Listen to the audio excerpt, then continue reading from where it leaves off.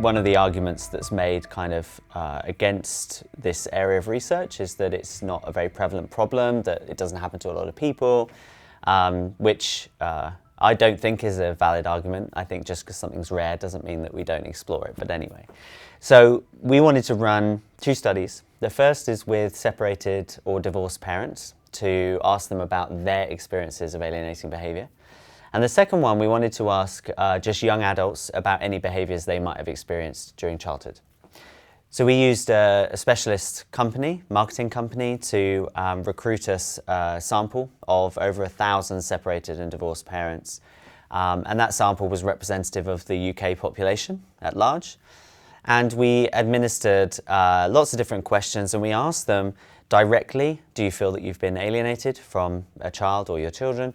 But we also gave measures that are validated and that measure different alienating behaviours. And we also asked about their mental health. Depending on how you ask them, and depending on whether they just did those behaviours or just received them, we found that between 35 and 60% of parents had experienced some form of alienating behaviour, which is huge and accounts for a huge number of parents every single year within the UK that are experiencing these very kind of damaging, abusive behaviours. With all of our different categories of parents, so we had parents who simply said, yes, I've been alienated.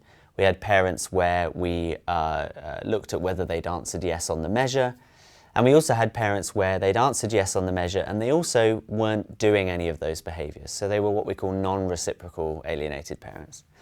So no matter how much you chop and change it, every one of those groups also scored significantly higher on poor issues of mental health, PTSD, depression, suicide ideation, and all of those groups scored higher on other measures of violence. Whilst we can't determine the direction of that relationship, so we can't say the alienating behaviours causes the mental health problems, it might be that people with mental health problems simply are more alienated. But what we can say is that there is a significant relationship there. And that is important. That is an important relationship to establish. And then we also asked young adults. So we got a representative sample of 18 to 25-year-olds in the UK. Again, over 1,000 participants, representative of the UK population. And we gave them a measure of alienating behaviour. We asked about mothers' behaviours and fathers' behaviours. We asked about their general context within the home, so who did you grow up with, etc., as well as those measures about mental health. In that study, which again always comes with its flaws, it was a retrospective study, they were reporting on childhood, but still, 95%, over 95% of the adults in that study answered yes. And when we say yes, we mean anywhere between sometimes and always. So some kind of positive answer to at least one of those alienating behaviours. And you might say, okay, 95%, but it's only one behaviour. That behaviour might have been really damaging, but it's still only one behaviour. What we also found was that 25% had answered yes to over 20 of those behaviours. So 20 out of the 30 alienating behaviours that we gave, 25% of the sample, both when speaking about mothers' behaviours and fathers' behaviours, said yes to at least 20 of those behaviours.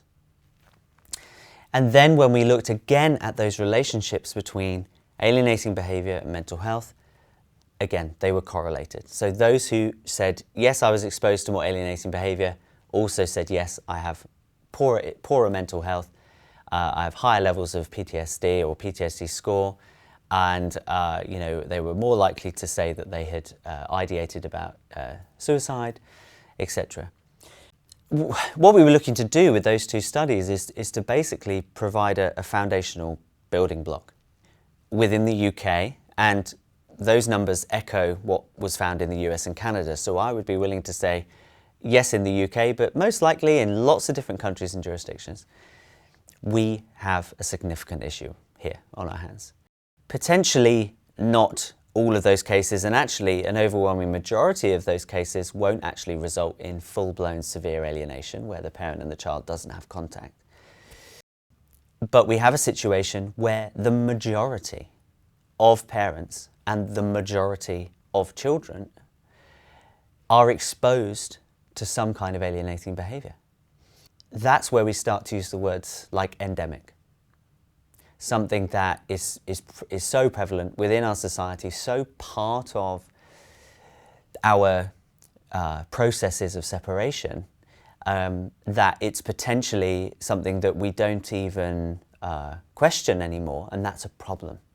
Because these behaviours are damaging, they are a form of abuse, they have severe impact.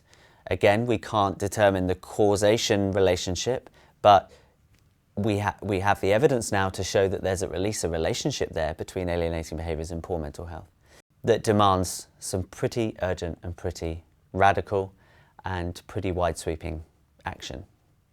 You know, when people take an interest in the topic, and we're very grateful to our funders, our two funders who funded each of these studies, that actually when you want to look at a problem and examine a problem, you do get really worthwhile and important results.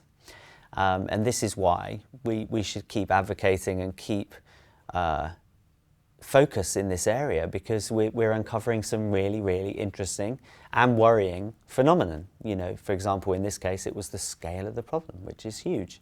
These two studies, the next steps are, for example, working with colleagues globally to replicate it, and because the measures and the processes that we used are ready to go. So it's about finding those links and showing that it's a global problem, not just a localized one to, for example, the UK and the US. We then now have challenges where, for example, we have the relationships, we then need to figure out what's informing what.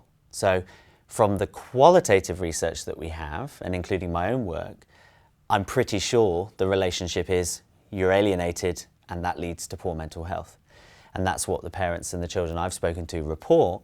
But we need some kind of robust longitudinal studies that track people throughout their life course to say, okay, well, alienation happened at time point 1, what's the outcome at time point 2 for mental health? You know, as with any study, it invites more exciting questions as much as it does give answers. But I think what I would want people to just take away from these two studies is around scale. You know, we're dealing with a significant issue, no matter what way you chop it and change it, the parameters you put on, how narrowly or broadly you define these behaviours, it doesn't seem to matter. There is a big chunk of parents and adults who are experiencing, or parents and then adults who were alienated children who are experiencing these behaviours, and that's a problem. And we're really proud to be able to deliver that first kind of indication of the problem, because that has been a barrier to change. Because without the evidence, it's easy to guess about the problem. And there hasn't been, and there literally isn't, any kind of resource that we can draw upon to say, no, this is the scale of the problem. We've had to extrapolate from the US findings and say, well, if this were true in the UK, it would affect this many million adults. But now we can say that. In the UK, there are 100,000 individuals that get divorced every year. Half of those have a child under 16. That 50,000, that's essentially our sample in the study, just down by a factor of 50. So if you then say, okay, let's take the lowest estimate. So 35% of our sample said they'd experienced some form of alienating behaviour. So 35% of 50,000 is 5, 10, 15, so 17,500 every year. And that's just divorced parents.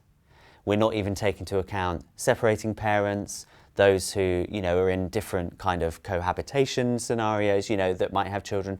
So that's a, you know, a conservative estimate that we're giving is that 17,500 parents, and because of that, you know, at least 17,500 children, but obviously some families have multiple children, etc. So will likely be more. Every year. It's a huge issue. It's a huge issue. We need to be able to, and we need to be more comfortable with having a very grown-up, a very serious, very quick dialogue about that and what we're going to do about it. I've been coming to these conferences for a number of years now.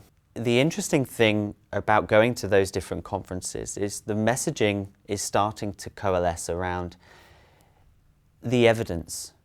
a lot of the fundamentals we are now there with. So yes, we'll always be wanting to refine and add, but some of the fundamental principles, we can kind of say we've reached a critical threshold. So one of those things, for example, is shared parenting beneficial to children? There is a critical mass of research now that says, yes, it is. As long as there isn't significant risk of harm, yes, it is. There's also a critical mass that we've researched in terms of parental alienation. You know, is it real? Is it measurable? Does it have an impact? Yes, we've reached a critical threshold of empirical research on that. So I think we need to, as researchers, be bold and say, we will always keep inquiring because that's what we do as scientists. But by the same token, we need to be able to be confident and firm in saying that we've reached those critical thresholds, and to then push back against the idea that keeps being put forward that, you know, parental alienation is under-researched or ill-defined or controversial. It's none of those things. It's made controversial by certain actors, and it's proposed that it's ill-defined, and it's proposed that it's under-researched. That's not actually what the evidence says. Will I debate with someone about whether alienation exists? Not anymore.